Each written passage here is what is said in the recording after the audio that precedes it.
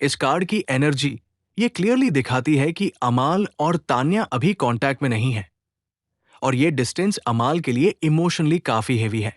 9 of wands यहां ये बताता है कि अमाल ने अपने दिल के अराउंड स्ट्रॉन्ग वॉल्स बना ली है, क्योंकि उसे लगता है कि अगर उसने अपनी फीलिंग्स दोबारा खुली छोड़ दी तो वो फिर से इमोशनली हर्ट हो सकता है। तान्या से बात न होना उसके लिए एक कॉन्शियस डिसीजन भी हो सकता है, पर साथ ही एक मजबूरी भी। वो इंटरनली तान्या को मिस करता है, लेकिन एक्सटर्नली स्ट्रांग रहने की एक्टिंग करता है।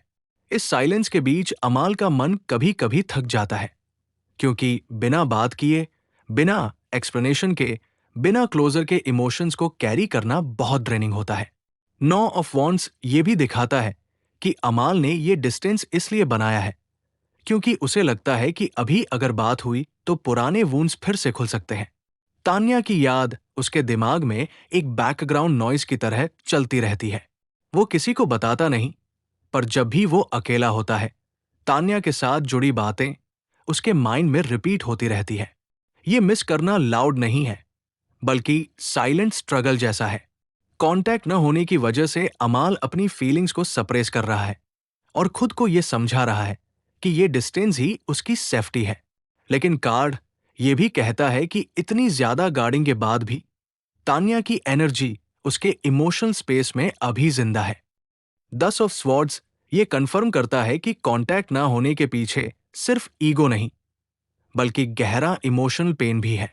अमाल के लिए तान्या के साथ जो भी हुआ, उसका एंड बहुत पेनफुल रहा है। शायद बिना प्रॉपर क्लोजर के ही चीजें खत्म हो गई, या फिर कुछ ऐसा कहा या हुआ जो उसके लिए इंटरनली बहुत हर्टफुल था। इस कार्ड के आने से ये समझ आता है कि अमाल तान्या को मिस करता है, लेकिन उस मिस के साथ एक फियर भी अटैच्ड है। उसे लगता है कि अगर वो दोबारा बात करेगा तो वो फिर से वही पेन फील करेगा जिससे निकलने में उसे बहुत टाइम लगा। कांटेक्ट ना होना यहां एक इमोशनल बैंडेज की तरह है। वो खुद को हील करने की कोशिश कर रहा है, पर तान्या की यादें उस प्रोसेस को स्लो कर देती है। 10 ऑफ स्वॉर्ड्स ये भी बताता है कि अमाल ने अपने माइंड में एक फाइनलिटी क्रिएट कर ली है, जैसे कि अब सब खत्म हो चुका है, पर दिल अभी भी उस बात को पूरी तरह एक्सेप्ट नहीं कर पाया है। इसलिए मिस करना पेनफुल हो जाता है। वो तान्या को याद करता है, पर साथ ही उस मोमेंट को भी याद करता है जहां उसे लगा था कि सब टूट गया।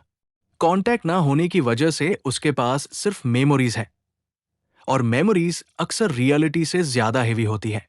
ये कार्ड दिखाता है कि अमाल के लिए तान्या एक इमोशनल स्कार बन चुकी है, जो भूलती नहीं, सिर्फ टाइम के साथ थोड़ी नंब होती है। 6 ऑफ वैंड्स यहां ये बताता है कि कांटेक्ट ना होने के बावजूद अमाल के ईगो और सेल्फ रिस्पेक्ट का रोल बहुत स्ट्रांग है। वो तान्या को मिस करता है, लेकिन ये भी नहीं चाहता कि वो पहला स्टेप ले और वीक लगे। उसके मन में ये थॉट चलती रहती है कि अगर कांटेक्ट दोबारा हुआ तो वो किस पोजीशन में होगा। क्या तान्या उसकी कमी महसूस करती होगी? क्या तान्या भी इस साइलेंस को फील करती होगी? ये कार्ड दिखाता है कि अमाल चाहता है कि अगर बात हो तो इक्वल या स्ट्रॉन्गर फुटिंग से हो, इसलिए वो वेट कर रहा है। कांटेक्ट ना होना यहां एक पावर डायनामिक का हिस्सा भी बन जाता है। मिस करना ये नहीं होता कि वो तान्या के पास जाना चाहता है, बल्कि ये होता है कि वो चाहता है तान्या खुद महसूस करे कि अमाल की जगह कोई और नहीं ले सकता। 6 ऑफ वैंड्स ये भी कहता है कि अमाल अपनी लाइफ में बाहर से ठीक दिखने की कोशिश कर रहा है। वो दिखाता है कि वो आगे बढ़ चुका है, कॉन्फिडेंट है, बिजी है, लेकिन अंदर ही अंदर तान्या का नाम उसके इमोशनल सिस्टम में अभी भी एक्टिव है। कांटेक्ट ना होने के बावजूद उसके मन में तान्या के रिएक्शंस, थॉट्स और फीलिंग्स को लेकर क्यूरियोसिटी है। मिस करना यहां प्राइड के साथ मिक्स हो चुका है, जहां दिल कुछ और चाहता है और दिमाग कुछ और अलाउ करता है। द हैंगमैन ये बताता है कि अमाल और तान्या के बीच जो साइलेंस है वो सिर्फ गैप नहीं है, बल्कि एक पॉज है। अमाल इस वक्त कॉन्शियसली वेट कर रहा है। वो तान्या को मिस करता है, लेकिन उस मिस को एक्शन में कन्वर्ट नहीं कर रहा। कांटेक्ट न होने का मतलब ये नहीं कि फीलिंग्स खत्म हो गई है, बल्कि ये है कि वो अपने इमोशंस को ऑब्जर्व कर रहा है। वो सोच रहा है कि क्या ये मिस सिर्फ आदत की वजह से है या सच में कोई डीप इमोशनल बॉन्ड अभी भी जिंदा है। ये कार्ड दिखाता है कि अमाल अपनी फीलिंग्स को उल्टे एंगल से देख रहा है। पहले जहां वो रिएक्ट करता, अब वो रिफ्लेक्ट करता है। साइलेंस उसके लिए एक टीचर बन गया है। कांटेक्ट न होने की वजह से उसे अपनी गलतियां, तान्या की गलतियां और सिचुएशन की रियलिटी ज्यादा क्लियरली समझ आ रही है। द हैंगमैन ये भी कहता है कि अमाल ने अपने आप को टेम्परली इमोशनल सैक्रिफाइस मोड में डाल दिया है। वो चाहता तो है तान्या से बात करना, पर उसे लगता है कि अभी रुकना ही बेटर है। मिस करना यहां क्वाइट एक्सेप्टेंस के साथ आता है।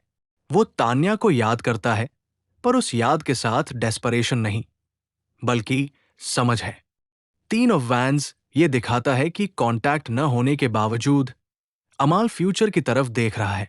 तान्या को मिस करना अब उसकी लाइफ का सेंट्रल फोकस नहीं रहा, बल्कि एक पार्ट बन गया है। वो हराइजन की तरफ देख रहा है और सोच रहा है कि आगे क्या आने वाला है।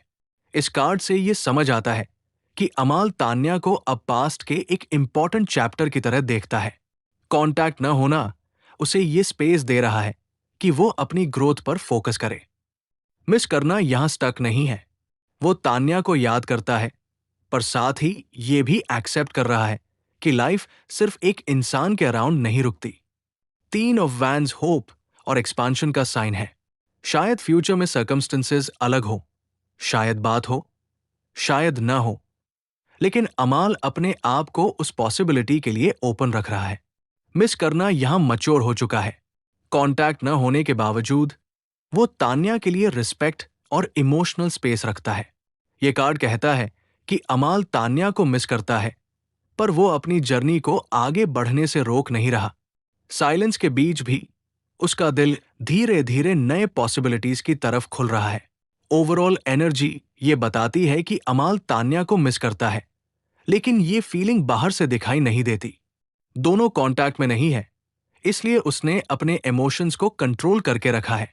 उसके अंदर यादें जिंदा है, पर दर्द और सेल्फ रिस्पेक्ट की वजह से वो खुद को रोक रहा है।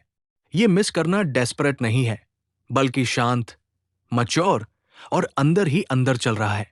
अमाल तान्या को भूल नहीं रहा, बस अपनी लाइफ को आगे ले जाने की कोशिश कर रहा है। हेलो एवरीवन, अगर आप अपनी लाइफ, लव, करियर या पर्सनल एनर्जी को लेकर क्लैरिटी और डीप गाइडेंस चाहते हो, तो ये मैसेज स्पेशली आपके लिए है। मैं paid tarot reading, name correction और हीलिंग सेशंस ऑफर करता हूं, जो सिर्फ सरफेस लेवल आंसर नहीं देते, बल्कि सिचुएशन के रूट तक जाकर इंसाइट और एनर्जेटिक बैलेंस लाने पर फोकस करते हैं। ये सेशंस उनके लिए है जो जेन्युइनली अपनी लाइफ में डायरेक्शन, इमोशन हीलिंग और पॉजिटिव शिफ्ट चाहते हैं। इस वक्त बुकिंग ओपन है। आप मुझे डायरेक्टली और लिंटर्ड के इंस्टाग्राम पेज पर डीएम करके अपनी रीडिंग बुक कर सकते हो। कंप्लीट डिटेल्स और प्रोसेस आपको डिस्क्रिप्शन बॉक्स में मिल जाएगी।